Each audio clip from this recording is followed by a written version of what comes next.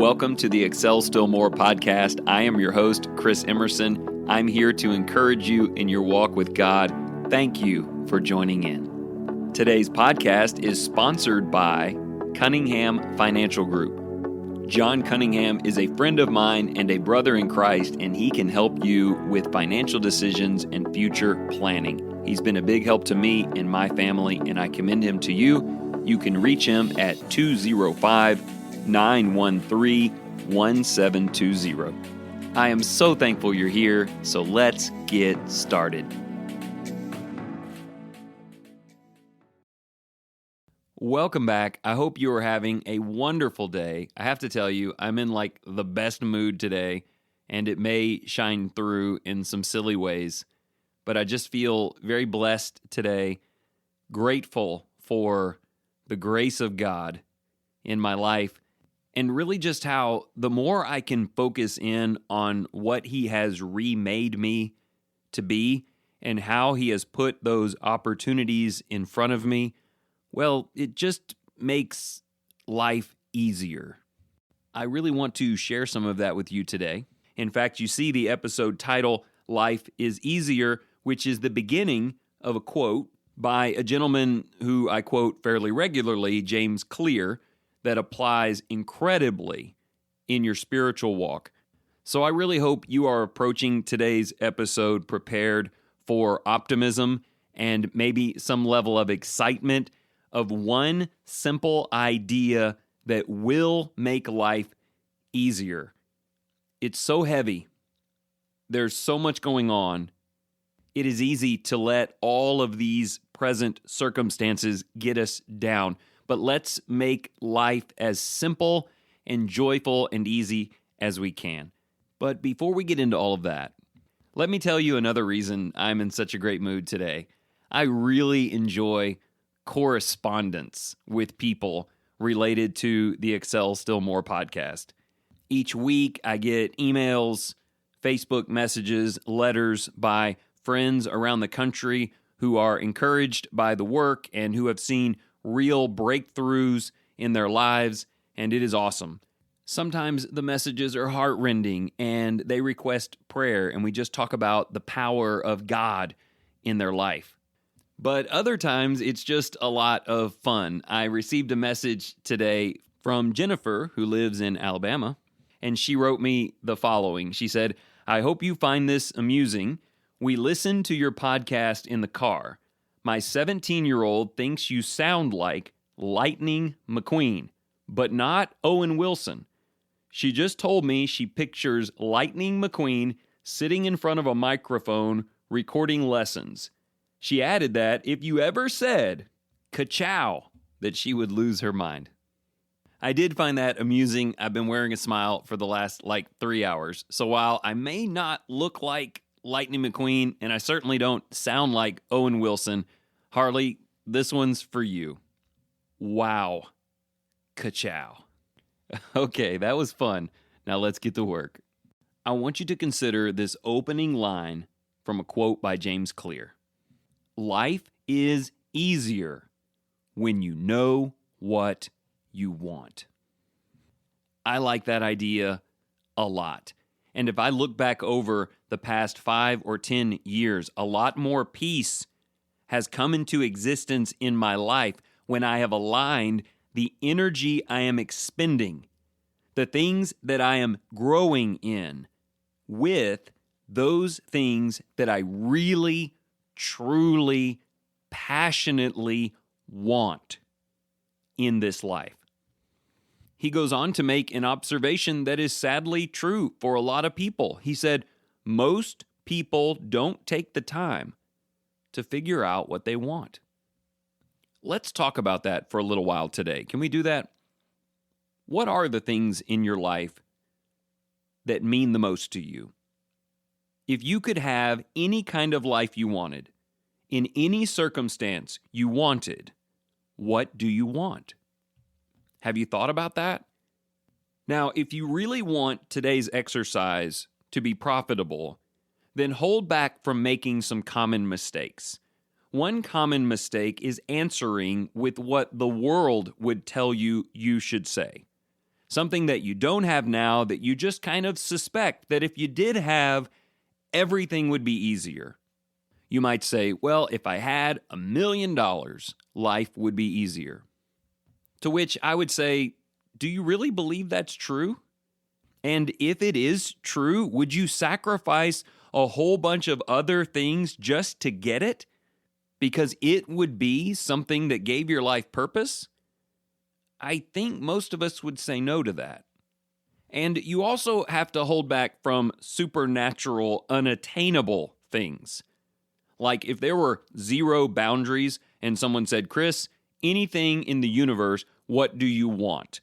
I would probably say the ability to teleport. It's not flashy, but it's always been my favorite superhero ability. On a more serious level, you might be thinking of things that you want that would make life better for you, that you know are completely unattainable, are absolutely outlandish. And what I'm going to encourage you to do today is not to think about or list those things. And for two obvious reasons. One, there's nothing you can do and probably nothing God will do to make those things happen. And two, they will cause you to overlook, and I really believe this next thing about your life and mine, the things that are absolutely attainable for you. If you identified them as things you really want that are right there in front of you in this life. James Clear went on to observe, it's not that we are completely lost, but our efforts are often slightly misdirected. People will work for years and ultimately achieve a lifestyle that isn't quite what they were hoping for, often simply because they never clearly defined what they wanted. I have to say, I'm almost tempted to add an extra wow ka-chow on that quote. I mean, that describes a lot of people. You haven't really determined what really matters most. What makes my life purposeful? What am I truly passionate about? And because you can't quite put your finger on it and prioritize it, you just kind of go out and build a traditionally accepted, culturally accepted life with responsible things in it that everybody says are kind of the keys to happiness, and you end up getting little glimpses of greatness, but everything just feels a little bit off, like there's something more. And again, it's not like you've been totally wasteful with your life. You've probably done a lot of things that have brought you joy, but you feel like it's just a little bit off. What I'm saying today is, let's fix that. Let's sit down and think it through. What really brings joy in my life? What are things that I can say, if I have these things, if this ends up being what my life is all about, and at my funeral service, if these are the things they say that mattered to me, I would consider my life well lived. Clear finishes the quote by saying, an hour of thinking can save you a decade of work. Now, look, I don't ever prescribe something for you to do unless I have first attempted to do it. And so I want to tell you what happened when I sat down and decided, Chris, what do you really want? Do you have it already and haven't been noticing? Or is it right there next to you and you just need to tame your elephant and get it? But before I get into that and issue some challenges to you, I'd like to add a second quote. This one is by a renowned novelist, Toni Morrison, who passed away in 2019. She spoke on a similar topic and adds a nice layer to this. She wrote, "For me, success is not a public thing, it's a private thing. It's when you have fewer and fewer regrets." Here's why I added this one now in conjunction with the other, and then we'll get into some practical things. This is exactly the way it works. getting what you want is not really a public thing. It's not something that the public grades and gives their thumbs up to. It probably won't have anything to do with what the culture defines as success. Your life gets easier. The load gets lighter. There's more peace and satisfaction when something begins to happen on the inside, in your soul, in your heart, in your home, maybe. When you start to feel at your core that you are using your years well. You are pursuing things of real value, not passing value. When you know that your efforts are in the direction of things you truly want, not things that you might regret attaining later. She said, success is when you have fewer and fewer regrets. My message for you today is simple.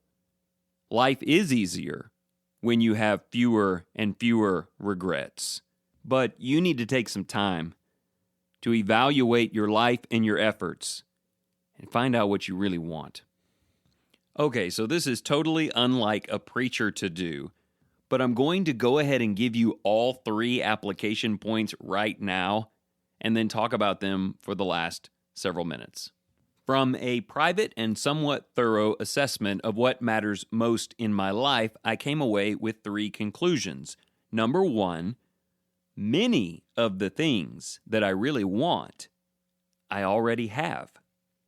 Secondly, some of the things that I truly want but don't have are well within reach. And thirdly, some of the things that I believe that I want but don't have, I don't actually need in order to live a fulfilling life. So I may pursue them, but I'm not basing success on attaining all of those things. Okay, let me break those down, and the first one is my favorite by like 1,000 miles.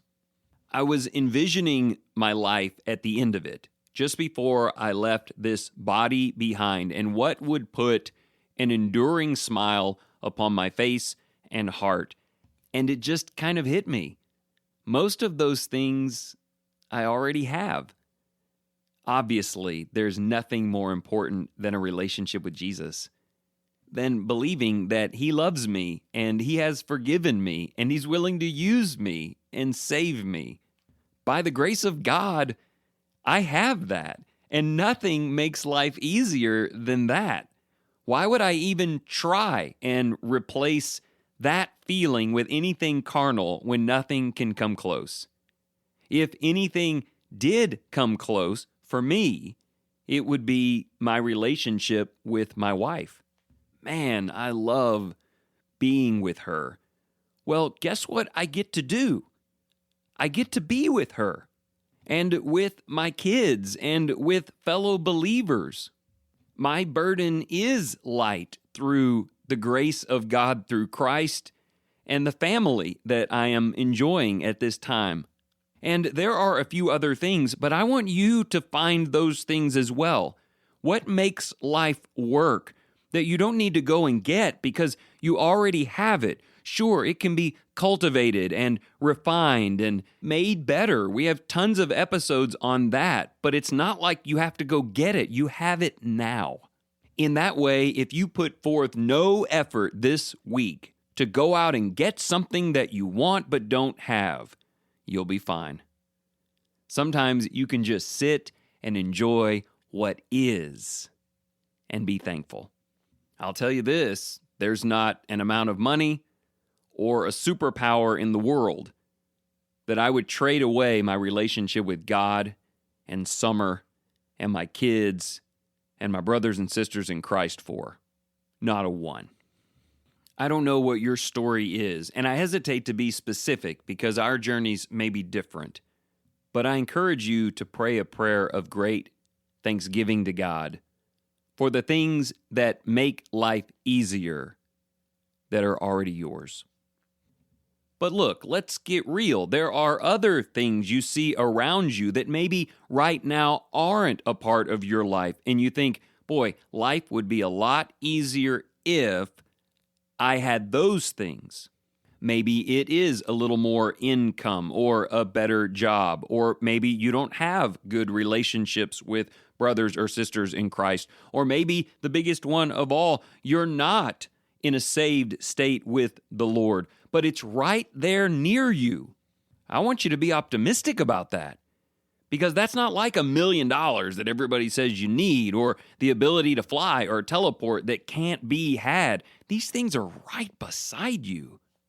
If you can look at them and say, that's what I need, I know it, I'm not guessing, I know that it has value, starting with the spiritual things, there is nothing that can stop you from attaining them if that aligns with the will of God, which certainly all spiritual redemption and brotherly support does.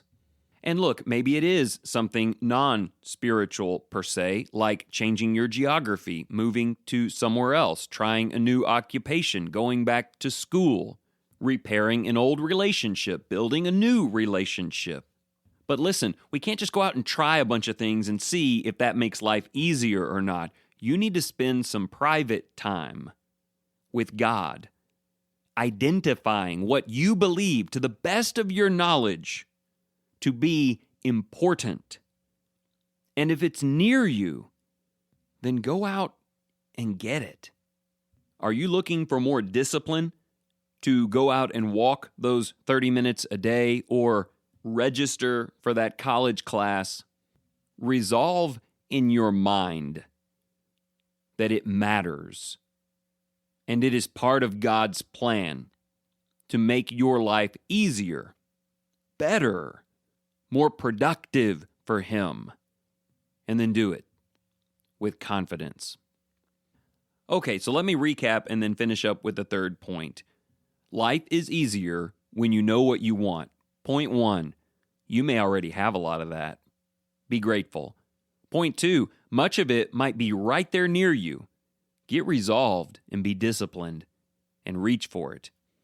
But that sets up a potential problem. Some of it may just end up being out of reach.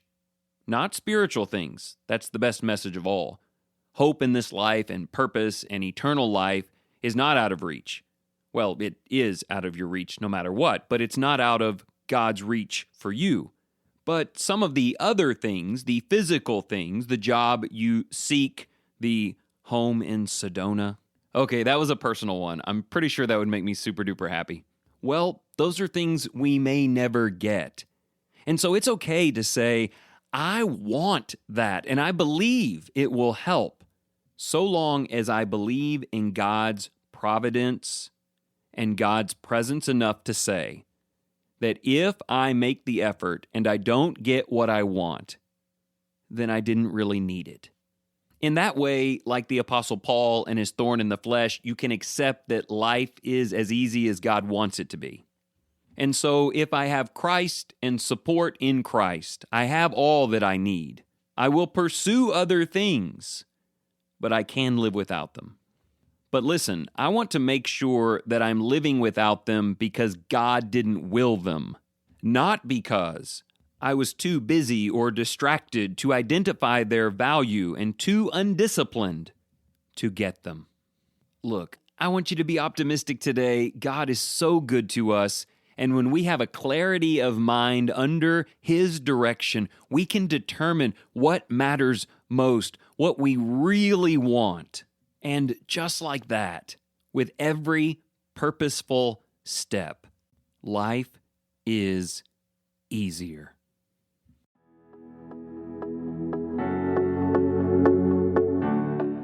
Thank you so much for joining in today. If you enjoyed this program, consider sharing it with your family and your friends.